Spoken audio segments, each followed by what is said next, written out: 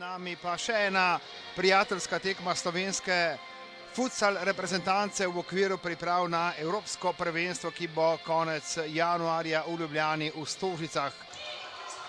Tule med tem Fetič, ki je prestregel žoga, pa še enkrat poskus naših. Tule akcija za spremembo in vratnica. Ja, 100 gledalcev, še ena žoga na zunanjo pozicijo in Čujec tule preko vratarja in vratnica. Tudi tokrat brez zadetka ostajamo pri 0:0. Je pa Čujec dobro mislil sedaj, videl je vratarja nekoliko iz svojih vrat in ga poskusil matirati z lobom. Ponovno pa Fideršek na drugo stran.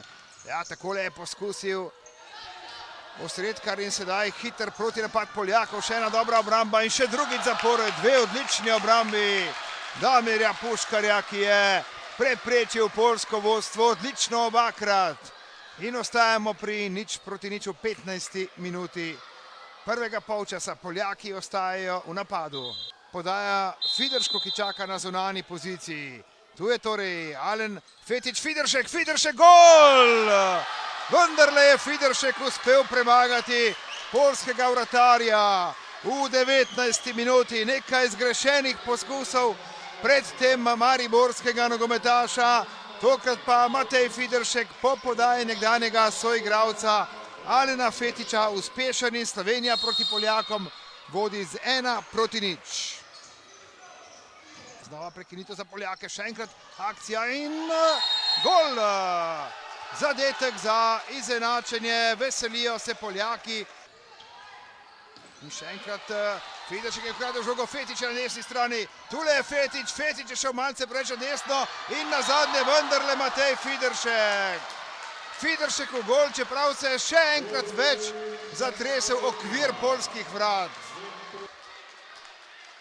Torej Slovenija na pragu tega, da morda doseže tretji zadetek. 4 minute točno do konca obračuna. Čeh je vzel zelo Čeh in gol!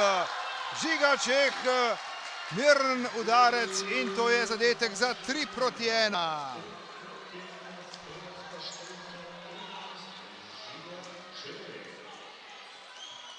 Moramo vedeti, da se je poljska reprezentanca uvrstila na Evropsko prvenstvo.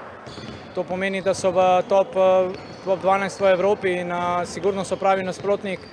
So fizično zelo močni in mislim, da so bili kar pravšnji tekmec po meri. Lahko smo zadovoljni z rezultatom današnjim, včeraj toliko ne. Naredili smo preveč napak, veliko več kot danes. Danes je bila čisto neka druga tekma, dobro smo se na njih pripravili. Manj napak je bilo, določeni igralci so bili bolj razpoloženi kot včeraj in potem tudi na koncu zaslužimo 3:1 zmaga. Stopnjevali bomo ritem, probali še priključiti na koncu Mordeja, mogoče tudi še Gašperja Vrhovca in to bi bila pol tista reprezentanca, ki bi ne bila ta prava za Evropsko prvenstvo pri nas.